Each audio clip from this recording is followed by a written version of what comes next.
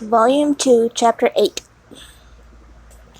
Colonel Fitzwilliam's manners were very much admired at the parsonage, and the ladies all felt that he must add considerably to the pleasure of their engagement at Rosings.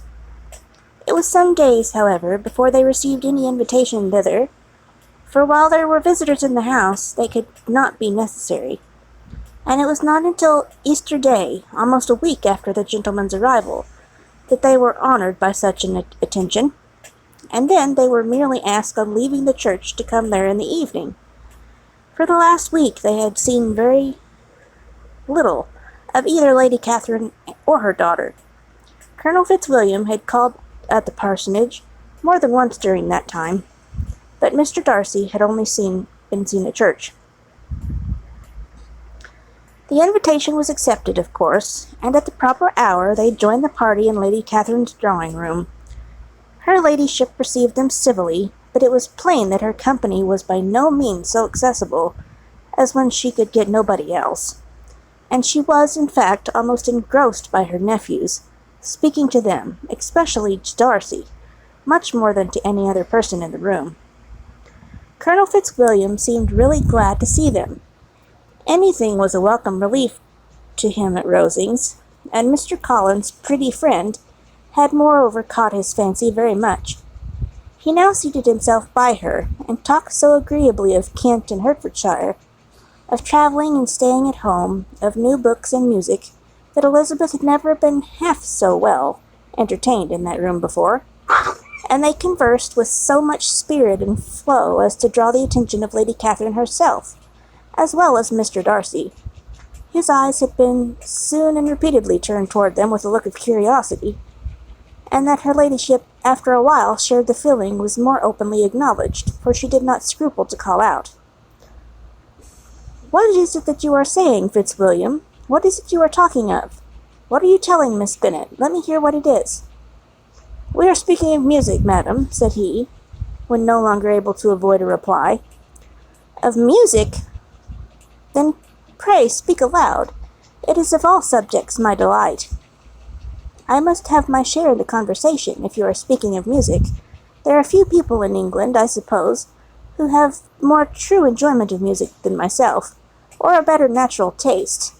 If I had ever learnt, I should have been a great proficient, and so would Anne if her health had allowed her to apply. I am confident that she would have performed delightfully. How does Georgiana get on, Darcy?"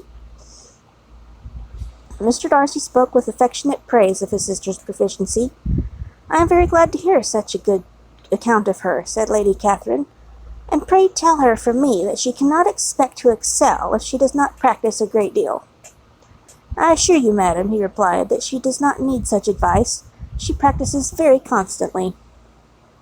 "So much the better. It cannot be done too much, and when I next write to her, I shall charge her not to neglect it in any account.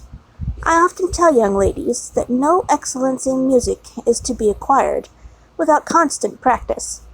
I have told Miss Bennet several times that she will never play really well unless she practices more, and though Mrs. Collins has no instrument, she is very welcome, as I have often told her to come to Rosings every day and play on the pianoforte in Mr. Jenkinson's room. She would be a nobody's way, you know, in that part of the house." Mr. Darcy looked a little ashamed of his aunt's ill-breeding, and made no answer.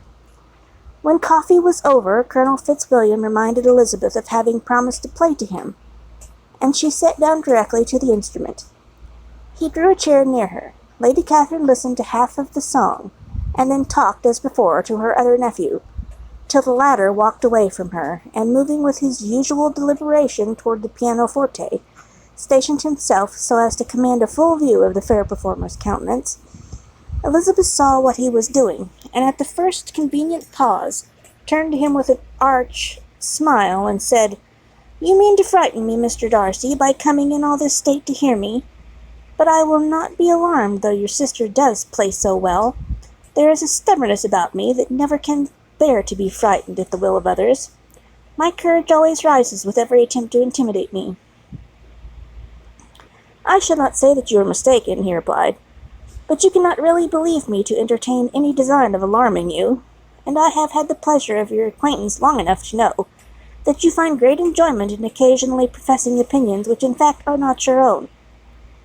Elizabeth laughed heartily at this picture of herself, and said to Colonel Fitzwilliam, "Your cousin will give you a pretty notion of me, and teach you not to believe a word I say. I am particularly unlucky in meeting with a person so well able to expose my real character, in a part of the world where I had hoped to pass myself off with some degree of credit. Indeed, Mr. Darcy, it is very ungenerous in you to mention all that you knew to my disadvantage in Hertfordshire, and give me leave to say, very impolitic too, for it is provoking me to retaliate, and such things may come out as will shock your relations to hear." "I am not afraid of you," said he, smiling. "Pray let me hear what you have to accuse him of," cried Colonel Fitzwilliam. "I should like to know how he behaves among strangers." "You shall hear then, but prepare yourself for something very dreadful. The first time of my ever seeing him in Hertfordshire, you must know, was at a ball, and at this ball, what did you think he did? He danced only 4 dances. I am sorry to pain you, but so it was. He danced only 4 dances, though gentlemen were scarce, and to my certain knowledge, more than one young lady was sitting down in want of a partner. Mr. Darcy, you cannot deny the fact. I had not at the time the honor of knowing any lady in the assembly beyond my own party." "True, and nobody can ever be introduced in a ballroom. Well, Colonel Fitzwilliam, what do I play next?" "My fingers wait your orders." "Perhaps," said Darcy, "I should have judged better had I sought an introduction, but I am ill qualified to recommend myself to strangers." "Shall we ask your cousin the reason of this?" said Elizabeth, still addressing Colonel Fitzwilliam. "Shall we ask him why a man of sense and education, and who has lived in the world, is ill qualified to recommend himself to strangers?" "I can answer your question," said Fitzwilliam, "without applying to him. It is because he will not give himself the trouble." "I certainly have not the talent which some people possess," said Darcy, of conversing easily with those I have never seen before. I cannot catch their tone of conversation, or appear interested in their concerns, as I often see done." "My fingers," said Elizabeth, "do not move over this instrument in the masterly manner which I see so many women's do. They have not the same force or rapidity, and do not produce the same expression. But then I have always supposed it to be my own fault, because I would not take the trouble of practicing. It is not that I do not believe my fingers as capable as any other woman's, or superior execution." Darcy smiled and said, "You are perfectly right. You have employed your time much better. No one admitted to the privilege of hearing you can think anything wanting. We neither of us perform to strangers." Here they were interrupted by Lady Catherine, who called out to know what they were talking of. Elizabeth immediately began playing again. Lady Catherine approached, and, after listening for a few minutes, said to Darcy, "Miss Bennet would not play at all amiss if she practised more, and could have the advantage of a London master. She has a very good notion of fingering, though her taste is not equal to Anne's. Anne would have been a delightful performer, had her health allowed her to learn." Elizabeth looked at Darcy to see how cordially he assented to his cousin's praise, but neither at that moment nor at any other could she discern any symptom of love, and from the whole of his behaviour to Miss de Bourgh she derived this comfort for Miss Bingley, that he might have been just as likely to marry her, had she been his relation. Lady Catherine continued her remarks on Elizabeth's performance, mixing with them many instructions on execution and taste. Elizabeth received them with all the forbearance of civility, and at the request of the gentleman remained at the instrument till her ladyship's carriage was ready to take them all home.